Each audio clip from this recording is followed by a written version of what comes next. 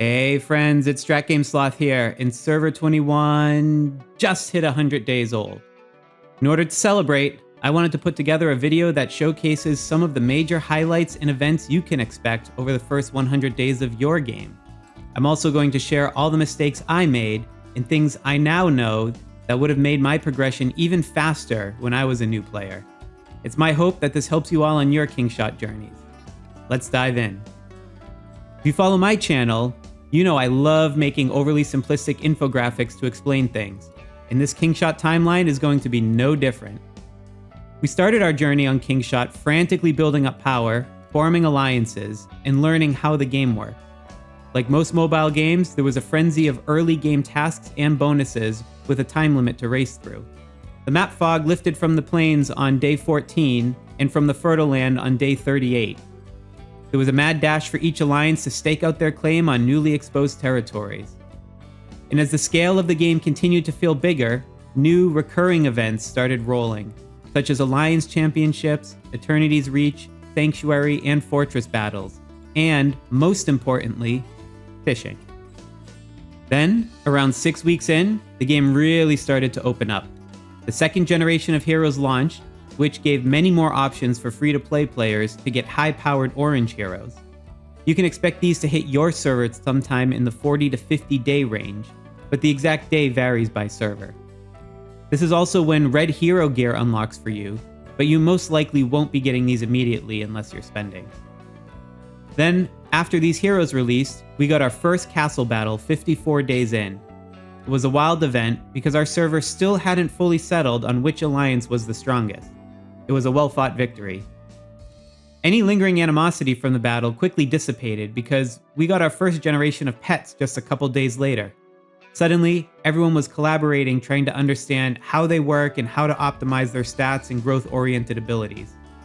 Just as some of the top players on our server started running out of headroom to grow their towns further, the age of True Gold dawned on our kingdom. This broke the level cap of 30 for towns, introduced all new troop abilities, and created a scarce new resource, True Gold. Old events like Eternity's Reach and Alliance Championships continued to cycle. Some old events evolved, like Hall of Governors becoming Strongest Governor, and plenty of new ones were added, like Golden Glaives, Stand of Arms, and Armament Competition. Around this time, the second generation of pets is released, roughly a week after True Gold, and again it varies by server. One of these new pets provides the first combat-oriented pet ability, which adds a new dimension to investing in this feature. It's also worth noting that one other thing happened during this time. On day 74, I posted my first YouTube video. It's been amazing to go on this journey with all of you these last couple weeks, and I'm working my hardest to make up for all this lost time to go back and create guides for all the events and game modes you see here. So thanks for all your support and encouragement to keep making more videos. On our server, we had our first Kingdom vs. Kingdom battle on day 99, after 5 days of preparation leading up to it. It was sort of a nice way to celebrate 100 days by getting to go into another kingdom and try to steal their castle. I also understand that the timing can be different between servers, with some of them becoming eligible as soon as even day 80, so be prepared. And now, as we hit 100, things are not slowing down. Literally tomorrow, day 101, we are getting our Generation 3 heroes. And I also have heard that Generation 3 pets are not far behind either. Plus, a new Oasis Island feature is being teased by the Kingshot developers. So there's exciting times ahead. And now that we've discussed what actually happens the first 100 days of your Kingshot game, I'm going to look back and share 7 tips that I wish I knew when I started to help you avoid the mistakes that I made. I learned many of these way too late in my journey, so it's possible that many of you also playing for 100 days or more may not know all of these. Let's get started. Did you know that when you lose a stamina-consuming battle out in the wilderness, that you get the stamina refunded? Seriously, it's hard to notice consistently because sometimes you get the refund immediately, and sometimes when the troops return home. But I'll show you quickly in this example where you can see the stamina drop by 10, then go back up to 10 after the defeat.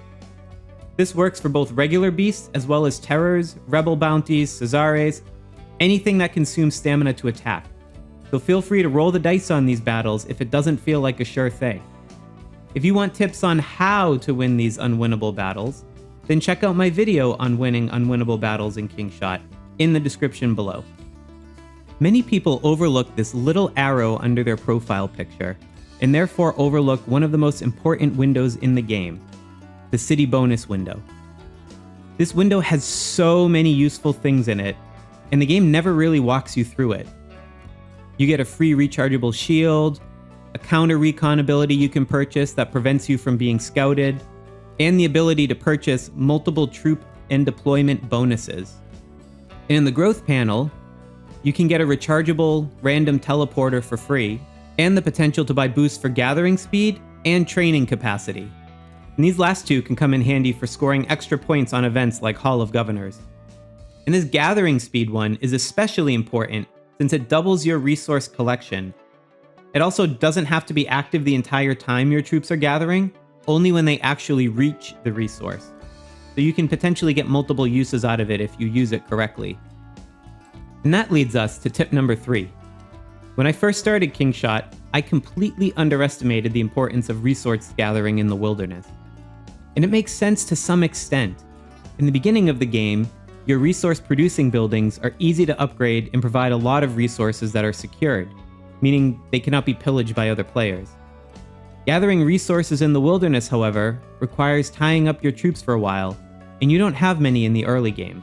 They can't carry much, and the resource nodes are low levels with few resources available. This all gives the impression that resource nodes are just these small bonuses for super active players that like to micro. However, the calculus starts to change later in the game. The resource buildings in town become exponentially longer and more expensive to upgrade, and the resources that they produce also don't scale that much over the last 10 levels, which can easily take a couple of months to build. Meanwhile, as the plains and fertile land become available, higher level resource nodes appear that allow you to gather over 1 million food or wood per hour. With consistency, this becomes a larger source of resources than the resource buildings in your town. Also, when I first started playing, I would skip over the gathering related research projects since I thought they wouldn't help as much as the town generation related ones. However, I should have started reversing this priority after a few weeks into the game, and I didn't realize it then. So don't make that mistake. In fact, resource gathering is so effective that you might want to do tip number 4, which is setting up a farm account. Within the same account, you're able to play up to 2 towns on one server, and this can be a great asset if done correctly. While it takes a little bit of intensity to set up as you play through the early game again, it allows you to have a whole second town that can generate resources by participating in events, getting them from stores, and yes, gathering. And while you send the troops out to gather, you can attack this town risk-free from your main account to bring all the resources back home. There's an entire optimization strategy for farms, and top alliances will even create whole separate alliances for their farm accounts. When I get around to doing a video on optimizing farm accounts, I'll link it in the description below. But for now, I'd highly recommend starting one and experimenting with it to accelerate your game. This next tip is about gem priority and building heroes. When I first started playing, I didn't realize that I should be using gems more aggressively to get heroes. I know it sounds silly, but my thinking was that in events like Hero Roulette or Hall of Heroes, you needed 15,000 plus gems to get something on the order of about 10 shards. Then I started doing the math, thinking about how many shards you'd need to be able to make a hero like Saul as strong as Diana or Quinn, and it just felt so out of reach. What I didn't realize was how easy gems would begin to accumulate the more I played, even without spending, and that I would have plenty of gems to build these heroes enough to meaningfully contribute to my account. Now every time Hall of Heroes comes around, or Hero Roulette, I spend tens of thousands of gems, sometimes even over 100,000 gems when it was Zoe on Hero Roulette. And I didn't feel like it created a situation in game when I was short on gems and a pinch for other needs.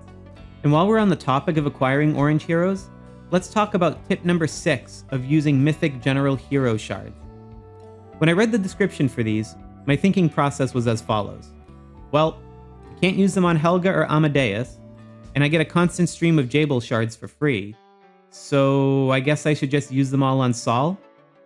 And while that logic makes sense in a vacuum, what I didn't know was that the next generation of heroes comes as soon as 6 weeks into the game, and there are some really good ones there.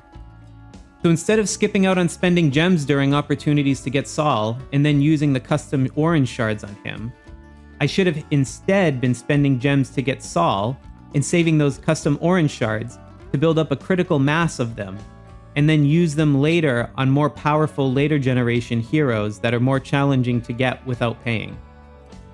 Now this last tip is one that I think many people don't realize. The bonuses to training capacity and training speed from each of your troop training buildings actually applies to all troop types. Now this one's a little confusing because when you actually look at the details of the buildings, the description tells you that it unlocks higher level versions of that troop type. And thus, it sort of insinuates that the training capacity and training speed listed below also only impact that troop type. But this is not the case. You can see this if you go into your bonus overview panel. There will be a single line for training capacity and training speed, and you won't see any specific ones for infantry, cavalry, or archers below. And I'll also prove this here on my farm account. So if we step into my range, you can see that my max archer training capacity is 460 and takes about 5 hours and 17 minutes time to train. Now I'll upgrade my barracks from level 20 to 21.